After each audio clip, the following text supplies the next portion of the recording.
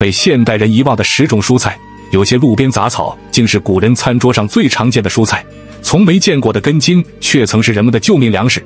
你知道在寒冷的冬季古人吃什麼蔬菜嗎？你知道在蔗糖稀缺的年代，古代的歐洲人用什麼來制作甜品呢？為什麼小時候曾經吃過的蔬菜，如今卻很難見到了呢？本期視頻奇趣最套將為您介紹10種被現代人遺忘的蔬菜品種。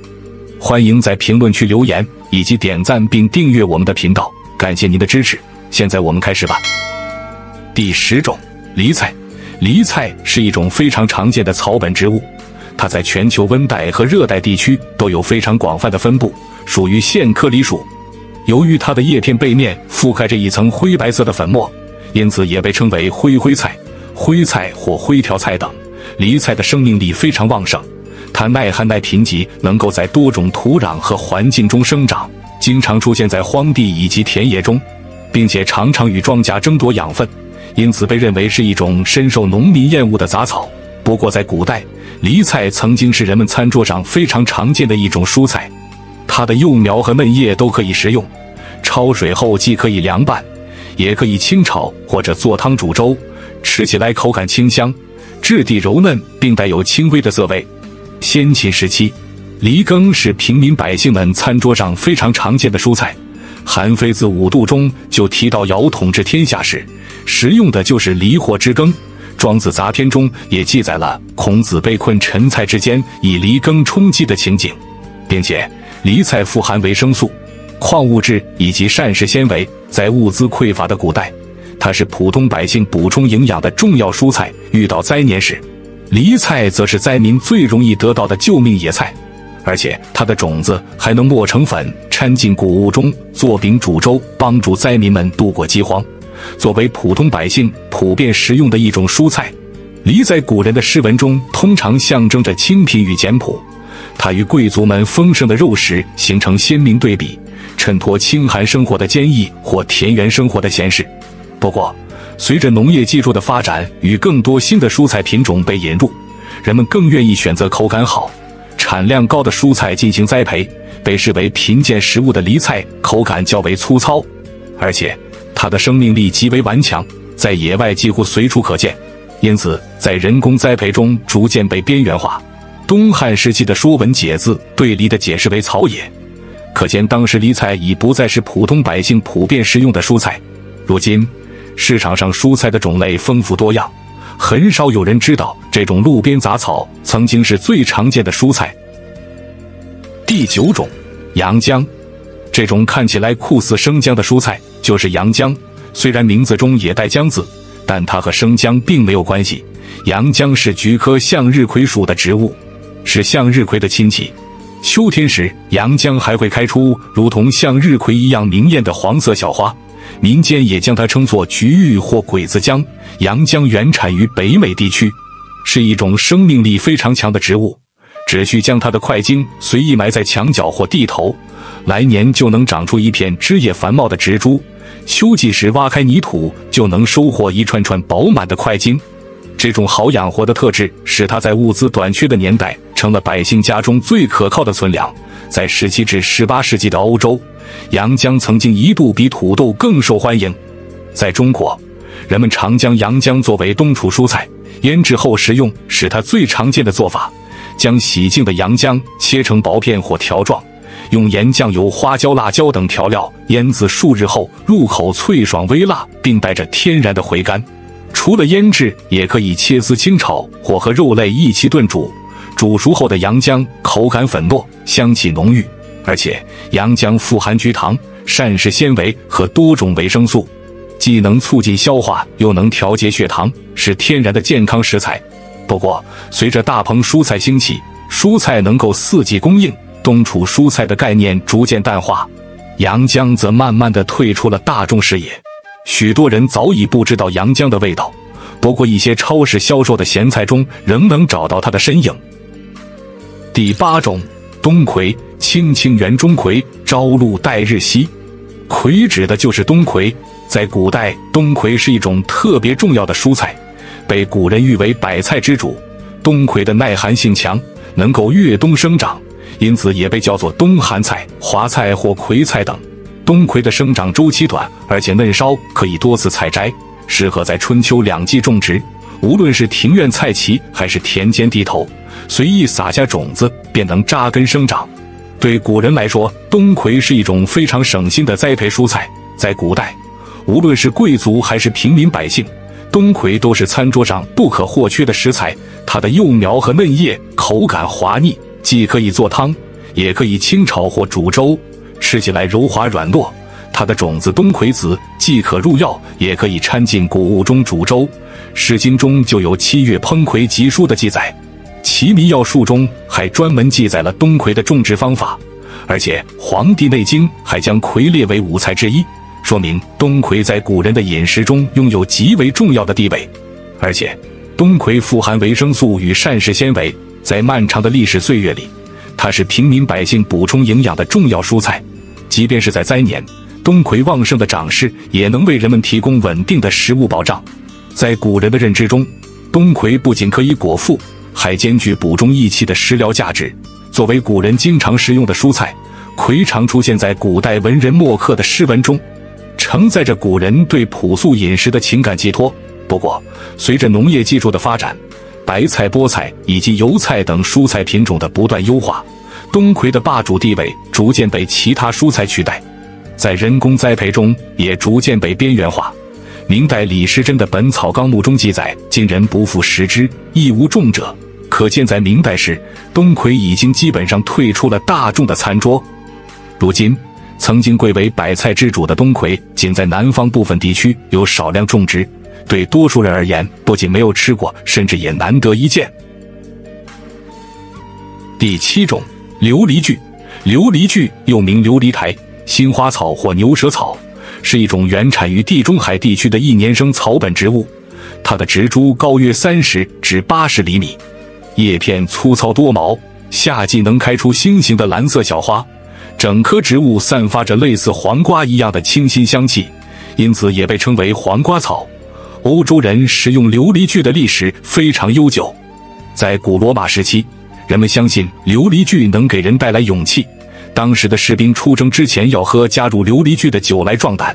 在中世紀的修道院，普遍將琉璃苣作為蔬菜和藥材來種植。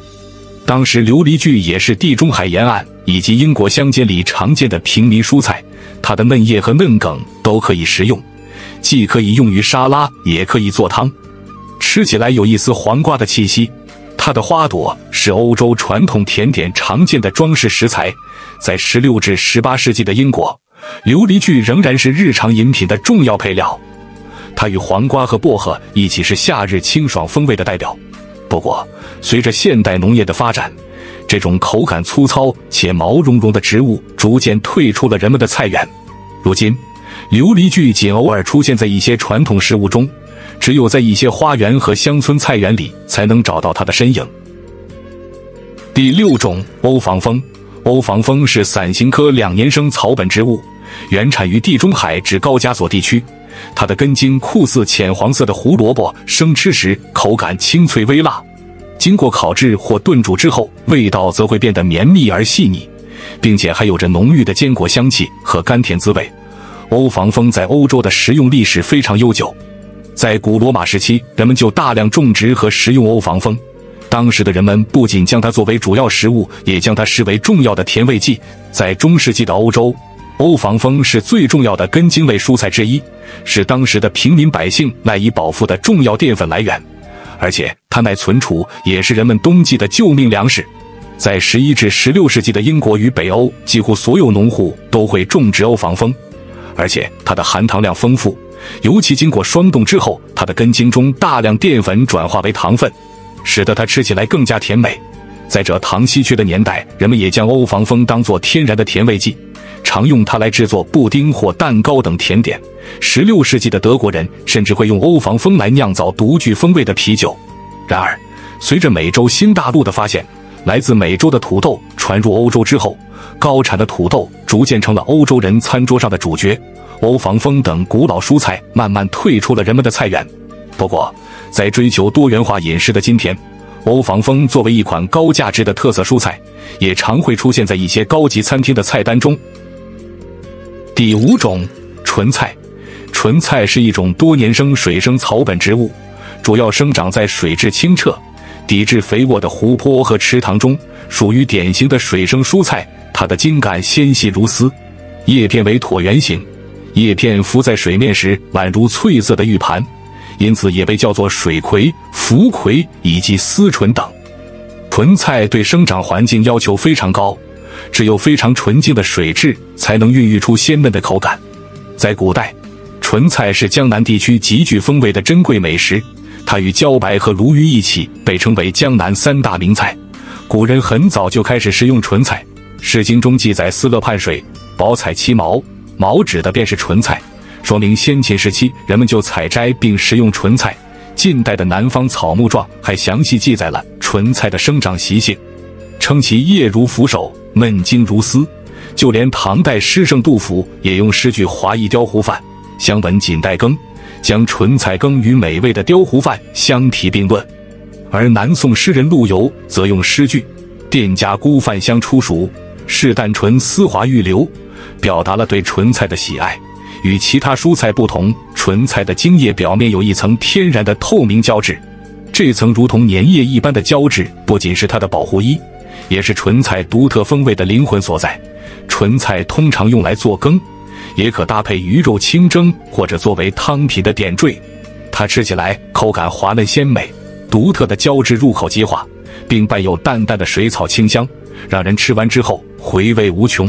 不過，隨着生態環境的變遷，野生莼菜資源已經非常稀少，並且屬於國家2級保護植物。雖然通過模擬自然生長環境，莼菜早已實現了人工種植，但食用莼菜的普及程度仍無法和古代相比。第4種，君達菜。君達菜是梨科甜菜屬的草本植物，原產於歐洲南部，公元5世紀傳入中國。它屬於梨科甜菜屬，與甜菜和菠菜是近親。由於它的葉片碩大肥厚，葉柄發達，因此也被稱為葉用甜菜、牛皮菜、厚皮菜或豬哪菜等。在古代，君達菜在歐洲和亞洲的許多地方都是非常重要的蔬菜。它的嫩葉和肥厚的葉柄既可以單獨清炒，也可以加入湯羹或與肉類燉煮，吃起來口感柔滑，葉柄脆嫩，帶有獨特的清新風味。在地中海沿岸，君達菜的栽培歷史可追溯到古希臘時期。到了中世紀時，君達菜是地中海沿岸人民最常吃的綠葉菜之一。在中國，人們種植食用君達菜的歷史也非常悠久。北魏時期的《齊民要術》就詳細記載了君達菜的種植方法，稱其春種夏收，夏種秋收，耐霜雪。在物資匱乏的年代，君達菜因適應性強，產量高，是南北方農家餐桌上的救命菜。它既能供人果腹，又能作為禽畜的飼料。不過，自明代以後，隨着蔬菜種類的增多和品種的改良，君達菜在日常飲食中的地位出現了明顯下降。清代的《本草綱目释義》中則明確記載君達菜今人罕食。如今，曾經全民熟知的君達菜早已變成了獨具特色的地方性蔬菜，只有在一些特定區域仍然保持着種植的傳統。第3種，馬齒莧。在許多人眼裡，馬齒莧只是一種不起眼的野草，然而在古代，馬齒莧卻是人們餐桌上最常見的蔬菜之一。古人食用馬齒莧的歷史非常悠久，在距今約9000年的河南賈湖遺址中，考古學家就曾發現古人食用馬齒莧的痕跡。而北魏時期的《齊民要術》中還記載了馬齒莧的種植方法，可見古人不僅食用馬齒莧，並且還將它作為蔬菜來種植。馬齒莧是一種生命力非常驚人的草本植物，它的茎葉肉質多汁，能夠像多肉植物一樣儲存水分，即使將它連根拔起，在太陽下暴曬數日，但是只要一場雨水，它就能重新生長。因此，古人也将它稱為死不了或長壽菜。由於馬齒莧的生命力非常顽强，因此每當遇到災荒時，它便是災民的救命菜。新鮮的馬齒莧可以用來涼拌，也可以清炒或煮粥做餡。它吃起来汁液豐富，略帶酸苦味，咀嚼時有一種獨特的清新。而且馬齒莧富含胡蘿蔔素、維生素 C 和鈣元素。現代研究發現，馬齒莧中的 Omega-3 脂肪酸含量甚至可以與魚油媲美，在傳統醫學中，馬齒莧還有着散血消腫的藥用價值。不過，隨着蔬菜種類的豐富，如今馬齒莧早已成了大眾眼中的野草，只有極少數人仍然會將它當作野菜來食用。第二種，苦買菜。苦買菜又稱苦菜、苦苣菜等。在古代，苦買菜曾是人們飲食中最常見的蔬菜，《詩經》中就有誰為土苦，其甘如飴的記載。這裡的土指的就是苦買菜，說明早在2000多年前，苦買菜就是人們餐桌上常見的蔬菜。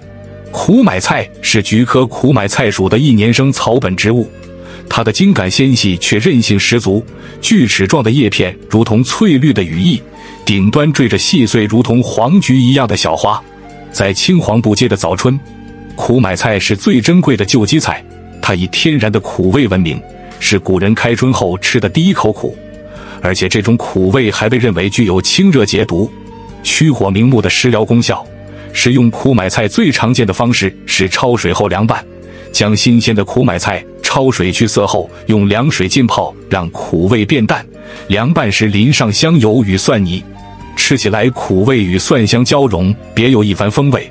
除了涼拌，也可以搭配豆豉清炒或與肉末一起煮粥。在過去物資匱乏的時代，苦買菜是百姓們填飽肚子的剛需蔬菜。如今，隨着人們飲食習慣的變遷，這種略帶苦味的蔬菜成了少數人偶爾嘗鮮的野菜，市場中也很難找到它的身影。第一種，澤芹。澤芹是一種古老的根茎類蔬菜，是多年生伞形科植物。它擁有一簇簇細長的肉質根茎，煮熟後味道甜美細膩，有着近似胡蘿蔔和芹菜混合的複雜清香，同時又帶着令人愉悅的甜味。在古代蔬菜品種極為有限的時代，澤芹的清甜幾乎無可替代，而且它耐寒耐濕，產量穩定，並容易儲存，因此迅速在修道院的菜園和貴族的莊園中得到廣泛種植。16世紀英國的烹飪書籍中將它稱為最美味、最滋補的根茎蔬菜。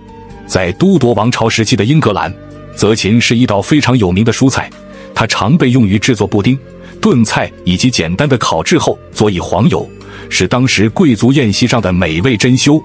16世紀之後，隨着土豆從美洲傳入歐洲，由於土豆的產量極高，而且種植簡單、飽腹感強，因此迅速成為歐洲人餐桌上的主角。澤芹和歐防風等古老根茎蔬菜紛紛被邊緣化。到了18世紀，澤芹幾乎退出了歐洲人的主流飲食，只有在一些植物園和歷史愛好者的菜地裡才能找到它。如今，隨着人們對古老風味的重新認識，澤芹正以遺產蔬菜的身份出現在一些高檔餐廳和市集中。不過，這種昔日的平民甜根已變成了價格昂貴的貴族懷舊菜。好了，以上就是本期視頻的全部內容，歡迎在評論區分享您的看法。如果您喜歡我們的視頻，歡迎點讚、評論以及分享。感謝您的觀看，我們下期再見。拜拜。